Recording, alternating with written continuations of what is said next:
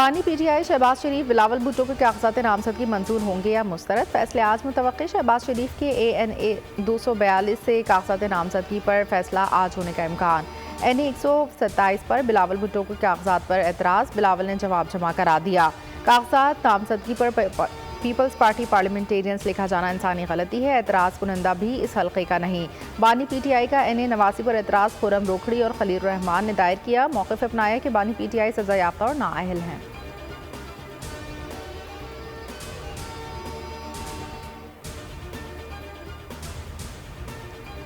تحریک انصاف کو بلہ واپس کیوں دیا؟ الیکشن کمیشن کا PTI انٹرا پارٹی انتخابات پر حکم امتناع کے خلاف قانونی جنگ کا فیصلہ، لیگل ٹیم سے مشاورت مکمل، پشاور ہائی کورٹ سے رجوع کیا گیا۔ بیرسٹر گوہر علی کہتے ہیں اسلام آباد ہائی کورٹ نے PTI رہنما کو ٹکٹوں پر مشاورت کے لیے بانی سے بات چیت کی اجازت دی، ہم نے شفاف کوئی سی جماعت نے نہیں کرائے، مخالفین چاہتے ہیں پھر بلہ چھن جائے۔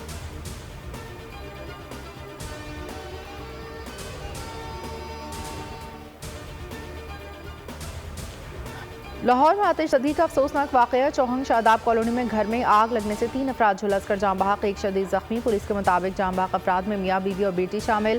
فائر بریگیڈ کے عملے نے موقع پر پہنچ کر آگ پر قابو پایا۔ متاثرہ فیملی کرائے کے مکان میں رہائش پذیر تھی، آگ لگنے کی وجہ تاحال سامنے نہ آ سکی۔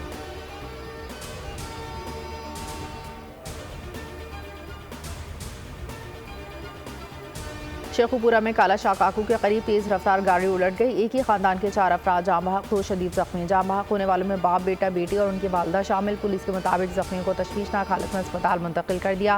حادثے کا شکار فیملی اسلام آباد سے لاہور جا رہی تھی۔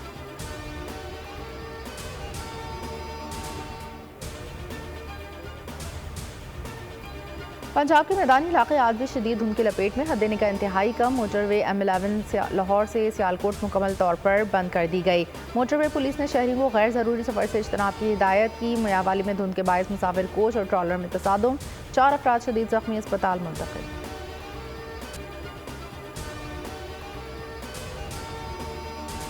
مایوسی افراتفری کا ماحول پیدا کرنے کا تاثر دیا جا رہا ہے، قوم سے مل کر تمام مافیاز کے سرکوبی کریں گے، سپہ سالار نے واضح کر دیا۔ نیشنل فارمرز کنونشن سے خطاب میں آرمی چیف نے کہا سب کو پتہ ہونا چاہیے ریاست طیبہ اور ریاست پر پاکستان کلمے کی بنیاد پر قائم کی گئی ہے، ہمارا ملک وسائل سے مالا مال ہے، چھپے وسائل سے فائدہ اٹھا کر ترقی کے منازل طے کریں گے۔ گرین پاکستان انیشیٹو کا مقصد یہی ہے کہ ہمیں سب سے پہلے زراعت پر کام کرنا ہے۔ جنرل عاصم منیر کے خطاب کے دوران کسانوں کے پاک فوج زندہ باد کے نعرے۔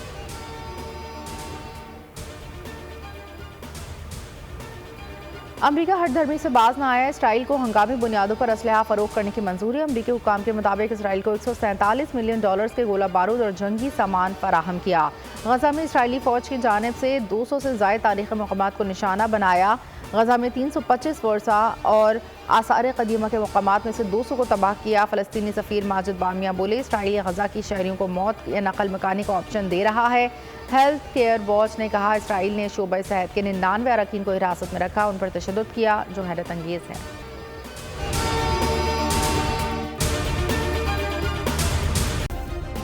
سبسکرائب کریں اور بیل دبائیں تاکہ کوئی خبر رہ نہ جائے۔